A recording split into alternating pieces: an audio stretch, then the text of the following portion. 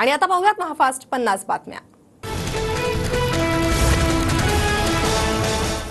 महाराष्ट्र विधानसभेसाठी 16 नोव्हेंबरला मतदान, महाविकास आघाडीचं सरकार आणून पवार साहेबांना वाढदिवसाचं गिफ्ट देऊ, रोहित पवारांची प्रतिक्रिया।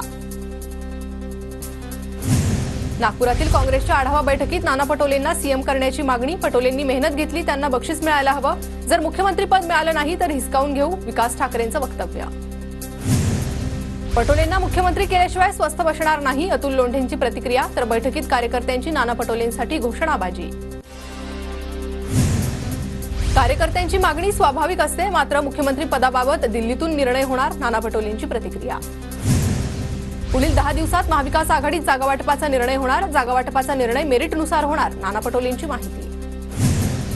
विधानसभा निवडणुकीनंतर प्रत्येक पक्षाकडून मुख्यमंत्री पदावर दावा होणार, पण मुख्यमंत्री शिंदेच असायला हवे हे आमची मागणी, शहाजीबापू पाटलांचं विधान। महायुतीत महाभारत सुरू, मी 6 महिन्यांपासून सांगतोय, महायुतीत अजून काय काय होतंय ते पहा, नाना पटोलेंची महायुतीवर टीका। महायुतीत प्रचंड गोंधळाची स्थिती, लोटालाटी सुरू, बाळासाहेब थोरातांचा महायुतीवर निशाणा। जरांगे पाटलांची तब्येत आणखी जास्त बिघडली, जरांगे पाटील यांना उपोषण स्थळावरून उतरताना भोवळ आली, आंदोलनाचा आजचा 7वा दिवस। मंत्री शंभूराज देसाईंचा मनोज जरांगेंना फोन, मनोज जरांगेंना उपचार घेण्याची विनंती केली, आज मनोज जरांगेंच्या मागण्यांसंदर्भात बैठक। संभाजीराजे छत्रपती आज मनोज जरांगेंची भेट घेणार, अंतरवाली सराटीत संभाजीराजे छत्रपती जरांगेंची भेट घेणार, मराठा आरक्षणावर चर्चा होणार। कुणबी नोंदी संदर्भात हैदराबादेतून धाराशिवमध्ये महत्त्वाचे दस्तावेज आणले, तर धाराशिवमधील मराठा क्रांती मोर्चाचा हैदराबाद गॅझेटला विरोध, मराठा म्हणूनच आरक्षण देण्याची मागणी। बीड जिल्ह्यात 27 सप्टेंबरपर्यंत मनाई आदेश लागू, मराठा ओबीसी धनगर आरक्षणाच्या पार्श्वभूमीवर जिल्हा दंडाधिकाऱ्यांचे आदेश, तर आज जरांगेंच्या समर्थनार्थ नांदेड बंद। धनगर समाजाला एसटी प्रवर्गातून आरक्षण देण्यास आदिवासी समाजाचा विरोध, आज नरहरी झिरवाळांच्या अध्यक्षतेत मुंबईत महत्त्वाची बैठक, आदिवासी समाजाचे लोकप्रतिनिधी उपस्थित राहणार। तुम्हाला मंत्रिपद मिळालं तर मी राजीनामा देईल, मला मंत्रिपद मिळत असतानाच एका आमदाराने धमकी दिली होती, त्यांनाच आता मुख्यमंत्र्यांनी सिडकोचं अध्यक्षपद दिलंय, संजय शिरसाटांचं नाव न घेता गोगावलेंचा खळबळजनक गौप्यस्फोट। राज्य मंत्रिमंडळाची सकाळी 11:30 वाजता बैठक, मुख्यमंत्री शिंदेंच्या उपस्थितीत बैठक।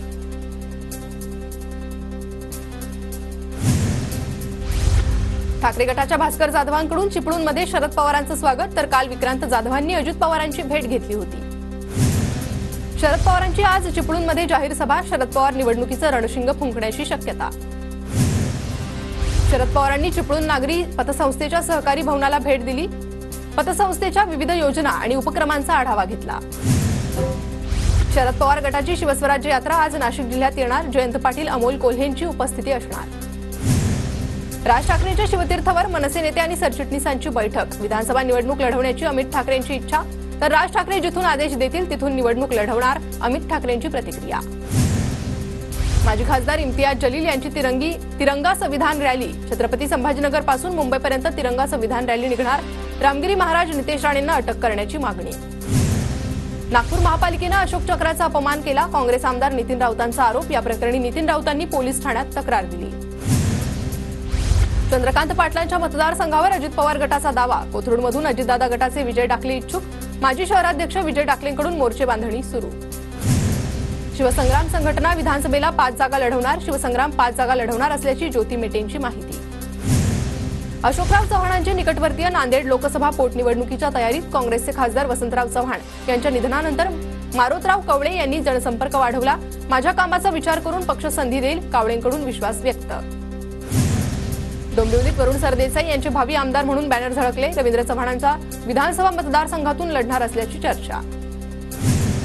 नागपूर जिल्हा मध्यवर्ती सहकारी बँकेतील रोखे घोटाळ्यातील वसुलीचा मार्ग मोकळा, सहकार विभाग सुनील केदार यांच्यासह अन्य लोकांकडून वसूल करणार।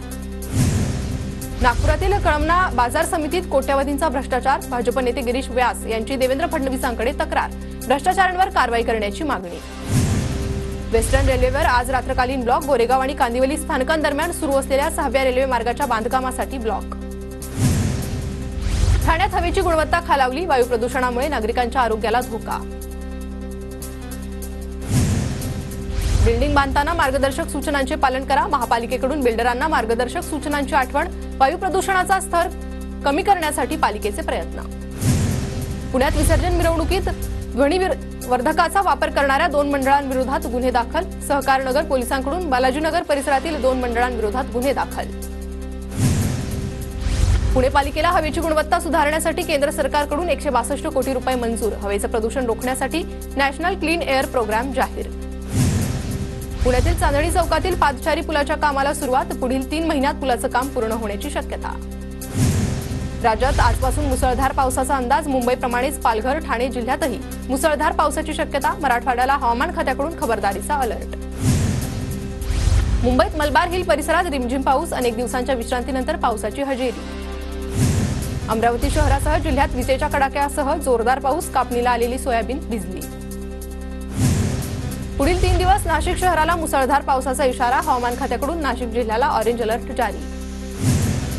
वाशिम जिल्ह्यातील अनेक भागात मध्यरात्री मुसळधार पावसाची हजेरी. पावसामुळे शेतकऱ्यांच्या काढणीसाठी आलेलं सोयाबीन पीक पाण्याखाली. बळीराजा चिंतेत. सांगली जिल्ह्याला पावसानं झोडपलं. नदी ओढ्यांना पूर. अग्रणी नदीला पूर. सावळज बिरणवाडी पूल वाहतुकीसाठी बंद. तर तासगाव तालुक्यातील वायफळे परिसरात 78.8 मिलीमीटर पावसाची नोंद. बीडमधील परळी तालुक्याच्या कणेरवाडी शिवारात पपईची बागेला अतिवृष्टीचा फटका.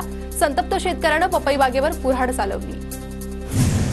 ई पीक नोंदणी करण्याची आजची शेवटची तारीख. अहमदनगर जिल्ह्यात आतापर्यंत 60.17% नोंदणी पूर्ण.